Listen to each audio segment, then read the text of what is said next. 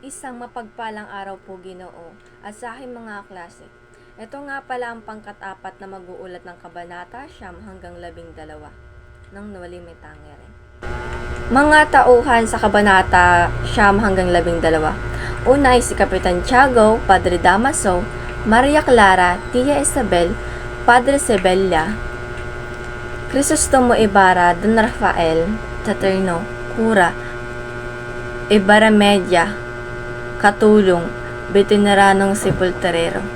Mga talasalitaan sa Kabanata 9 hanggang 12. Una, kasawian, kabiguan, kabusalikan, kalinisan, tumugon, sumagot o sumunod, masukal, damo, kinabalisa, pag-alala, tugon, sagot. Buod lubusan na pagtanto ni Ibarra na si Padre Damaso ang kanyang nakasalubong na lula ng karwahe. Sa kabilang banda, nakasalubong ni na Maria at Tia Isabel si Padre Damaso. Nabatid ng kura na alis ang dalawa punta ng kumbento upang kuhanin ang mga damit ng dalaga na naiwan doon. Hindi naging maganda ang tugon ng pare. Narinig nito. Hindi na lamang ito pinansin na magtiyahin si Padre Damaso ay tumugon na sa tahanan ni Kapitan Tiago. Doon ay sinermonan niya ang kapitan at sinabihang sana ay wag na niyang ulitin, hindi pagkonsulta sa kanya nito. Napunta ni Padre Damaso ang pakikipagkasundo. Ginawa ni Kapitan Tiago na ipakasal si Maria Clara kay Crisostomo Ibarra.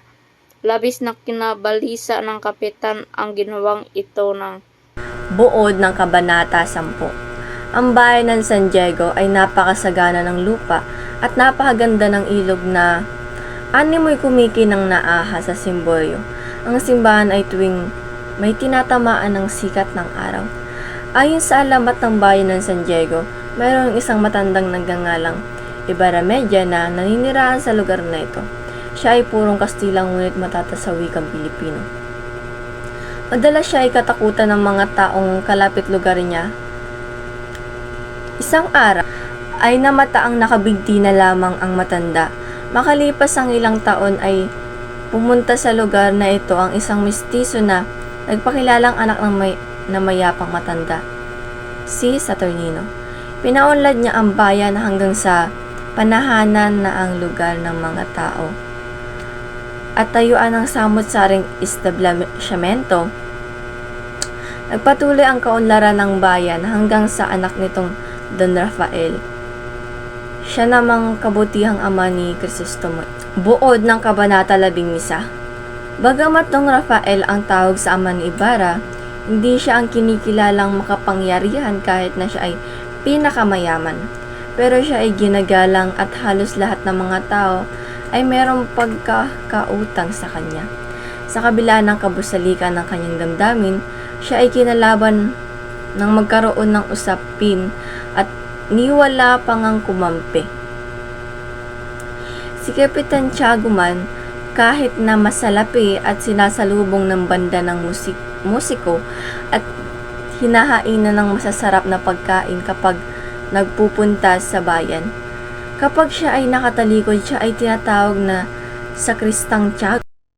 Buod sa Kabanata 12. Sa isang malawak na palayan sa San Diego, matatagpuan ang sementeryo na maputik at masukal. Isang gabing umuulan ng malakas, dalawang tao, ang isang veteranong sepulturero at kanyang bagong katulong ay abala sa paghuhukay ng isang bangkay na 20 araw pa lamang nililibing. Ang utos na hukayin at ilipat ang bangkay sa libingan ng mga insek ay nagmula kay Padre Garut, na siya'y ring si Padre Damaso ang dating paroko ng San Diego. magagandang payag. Ang mga kasawian at pagsubok na sa buhay ay hindi dapat inilagay sa puso at isipan. Labanan ito at huwag hayaang maging laso na sinisira sa iyong Pangalawa, maging makatao sa iyong mga kakilala at kababayan na sa taong namamahala ang isinasama ng mga mamayan. Ugali din ng Pilipino ang magbuwi buhay alang-alang sa kanilang karapatan kasi marami ang sakim sa kapangyarihan niya. Aral. Ang mga bawat kabanata ay mayroong aral na pinapakita maging mapanuri sa mga taong nakakasalamuha. Ang kapangyarihan ay nasa kamay ng mga Kastilang Frailes sa bayan ng Salamat at dito na po nagtatapos ang ulat ng pangkat-4.